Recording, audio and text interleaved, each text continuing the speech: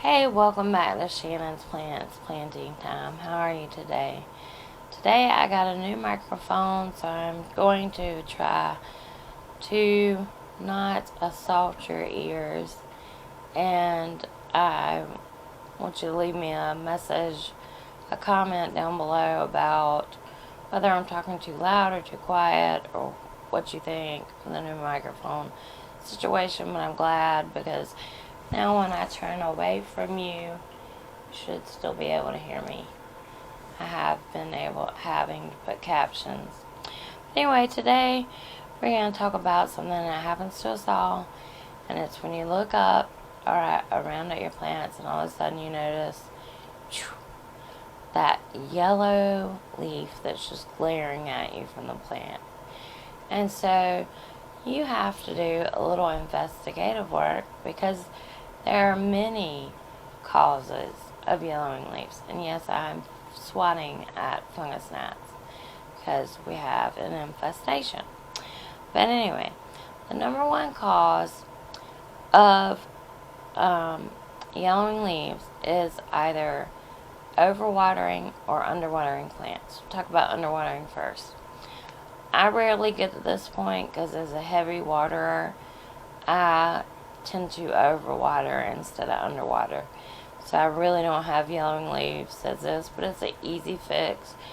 You notice that yellow leaf, you check the soil. If it's dry, you give the plant water. Easy, right? Well, what's a little less easy is to correct overwatering.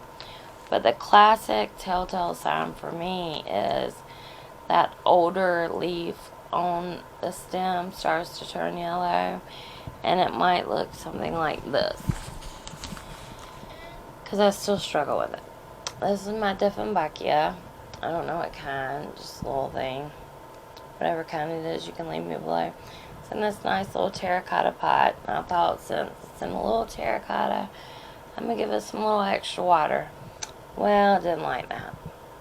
Didn't like this. This is the oldest leaf on the stem. And it responded by turning yellow. Now, I think this one will recover. I'll lose that leaf. But if you're in danger of losing the whole plant, like I killed a bunch of plants in the beginning due to overwatering, or just sheer drowning. And that was because I was used to watering in outdoor plants during a South Carolina summer, so which meant twice a day watering. So I was just had no real gauge to go on how to water houseplants. And anyway, I overwatered a lot of mine, so I learned how to deal with it to save the plant. If it looks like you're going to lose it, the best thing to do is remove it from the pot, get that wet soil from around those roots, because with that waterlogged soil, they're unable to take up oxygen, and therefore they yellow and die as a result.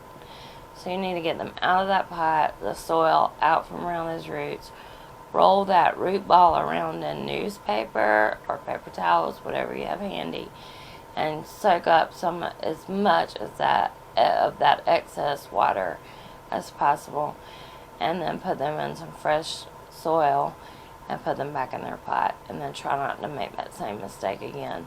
You know, it's amazing. Plants can go 2 and 3 weeks without needing a water. If you're having trouble with this, a moisture gauge would be helpful. It tells you, when to water. It's just this little thing. You dip it in the plant. You stick it in the plant. It's like a turkey thermometer almost, and so it reads moisture. Easy. It made my life a lot easier, and I started learning how to water appropriately. But you see, sometimes I still mess up. Second cause of yellowing leaves I'm going to talk about is cold and or hot drafts. And it's just simple. Plants don't like drafts. Some plants especially don't like them, like calathea. They don't tolerate it, especially cold drafts. And it's a simple remedy though, and that is to move it away from the drafty area to another spot that's not drafty, or fix the draft, like if it's a drafty window or a vent, close that vent or something. So it's an easy fix, right? Right. And the next thing I'm going to talk about is yellowing due to too little light. And they start to yellow on the side away from the light source. And the remedy is to turn the plant, toward the light source.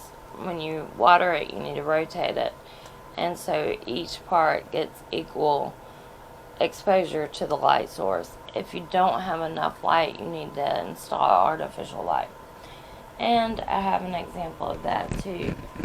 This is don't worry, this is just my propagation monstera. He's in bad shape.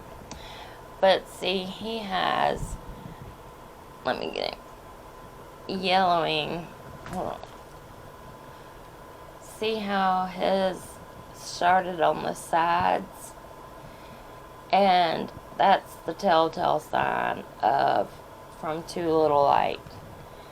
Yellowing due to too little light. So I have installed another artificial light around him, and hopefully, I keep dropping that notebook. Hopefully he will even out that yellowing. I probably will not get back. I don't think really you ever get a yellow leaf completely back, but yeah, I don't think I'll drop those leaves. I think they'll just remain yellow. And so, remedy is to turn toward the light source and or install artificial lights. The fourth problem that could cause yellowing leaves is nutrient deficiency. This can be calcium, iron, boron, nitrogen, and the telltale sign is the top leaves have a tendency to go first. And in other cases, it's an unusual pattern. The veins remain dark while the tissue between turns yellow. And I also have what I believe is an example of that. And that is this monstera.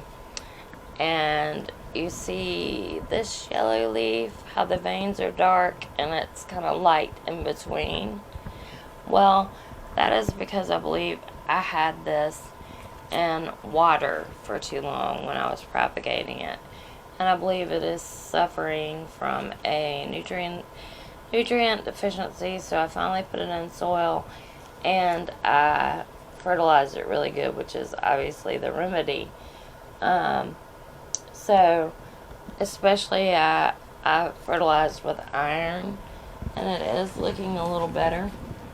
But yes, nutrient deficiency can definitely cause yellowing of the leaves.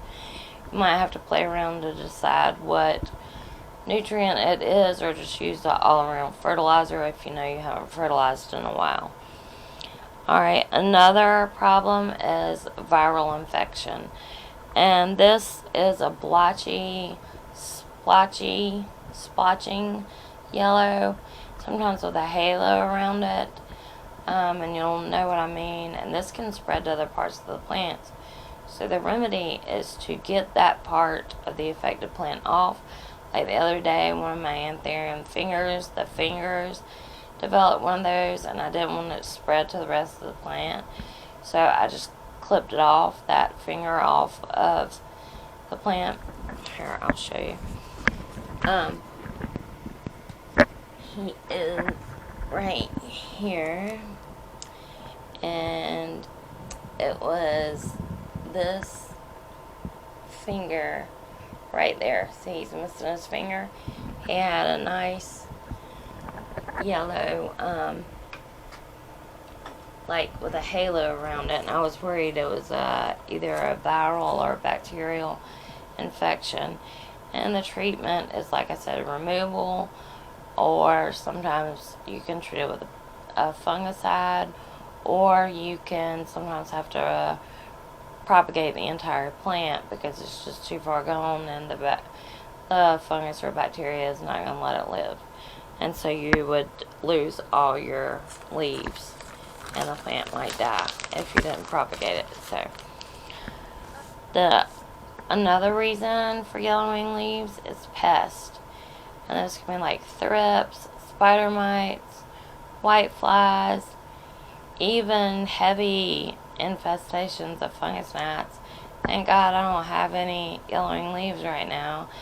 But I don't have an example of that because I'm one that likes to pull or cut off my yellow leaves for aesthetic purposes. Some people like to wait till they get, fall off. But I do not. I don't like the eyesore. But anyway, the remedy for pest induced yellowing of the leaves is to treat for that pest. If it's fungus gnats, treat the fungus gnats. If it's thrips, treat the thrips. You have to identify that pest, and I think that a lot of seasoned plant parents have like a radar for those kind of things. You walk by the plant and you can just like smell the fact that you have thrips or whatever. I obviously did not notice this fungus gnat infestation until it was like major. I don't know why. They're not bedding down in any of the plants, but I don't know, it's pretty severe. If it's just because it's hot outside or what. But anyway, and the last cause of yellowing of the leaves is a naturally occurring yellowing of the leaves. An example of this is like an alocasia, or any alocasia. This is my alocasia black velvet, and this is the oldest leaf, and it will be the next to yellow and go, and you can tell he's already starting to droop. And this is normal because alocasia, in case you didn't know, are martyrs, and they drop a leaf, gain a leaf kind of thing. And so it's completely normal to have yellowing of the leaves on alocasia. So anyway, I hope this video helps you with diagnosing your plant's yellowing leaf problem. I hope that it's nothing that you can't work through and save, and armed with a little bit of knowledge, you can make an informed decision instead of just trying thing after thing after thing after thing.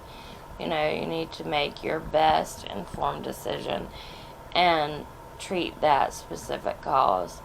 And try not to treat too many at one time because you won't know what it was and you won't know what helped. So anyway, give this video a thumbs up or a thumbs down depending on what you think of this content. And leave me a comment down below about if you have any questions or if you have any experience with, anything I didn't say about yellowing leaves. And other than that, I hope to see you in the next houseplant video. Bye.